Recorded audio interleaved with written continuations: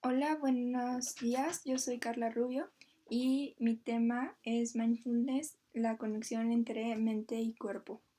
El primer libro que escogí se llama El Manual Práctico de Mindfulness, Curiosidad y Aceptación, escrito por Javier García Campayo y Marcelo de Marzo.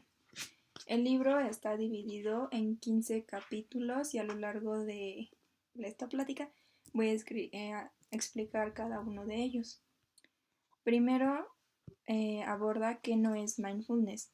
Mindfulness no es dejar la mente en blanco, ya que la mente siempre va a generar pensamientos.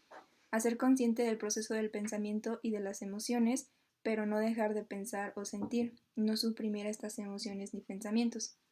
No es buscar la iluminación o apartarse de la vida, ya que debes estar consciente de esta. No es buscar, no es escapar del dolor, pues te ayuda a que sientas, o sea, que dejes el dolor como está, pero a que no reacciones impulsivamente y que puedas aceptarlo. Y no se obtienen resultados rápidos, pues esto es algo que lleva poco a poco.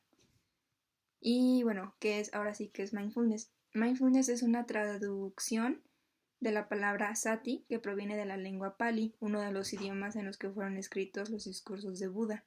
Sin embargo, también puede ser una palabra inglesa que significa atención plena o conciencia plena.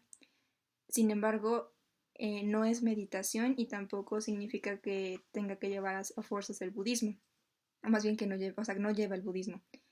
Y porque es un estado mental en el que el individuo puede permanecer en el momento presente con completa atención y aceptación de la experiencia. Esto quiere decir que debe de estar atento, debe de estar en el momento presente, debe de ser intencional al principio, ya después lo adaptas a tu vida diaria y se vuelve como no intencional. Tú debes aceptarlo y debe de autorregular la atención y una orientación abierta hacia la propia experiencia. Y bueno, se hizo esta técnica a partir de muchas personas o de ejemplos de que tienen falta de atención. Por ejemplo, cuando estás realizando una actividad, por ejemplo, correr y estás pensando en otras cosas y no te centras en lo que estás haciendo. Y cuando estás comiendo, viendo al mismo tiempo la televisión, ni estás ni en una cosa ni en otra cosa. O cuando se te olvidan las cosas porque estás distraído o se te caen las cosas. Y también cuando tienes muchos sentimientos, muchas emociones o muchos pensamientos que no, o sea, que no los etiquetas y como que al final se te hacen bolas todos. Y también cuando estás hablando solo, cuando estás pensando mucho en el pasado o en el futuro y no estás pensando en el presente, que es lo que estás viviendo, o cuando te juzgas a ti mismo.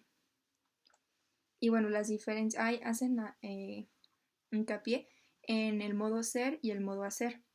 El modo ser lo practica el mindfulness y el modo hacer pues es lo que más o menos estamos acostumbrados a hacer en este mundo ajetreado.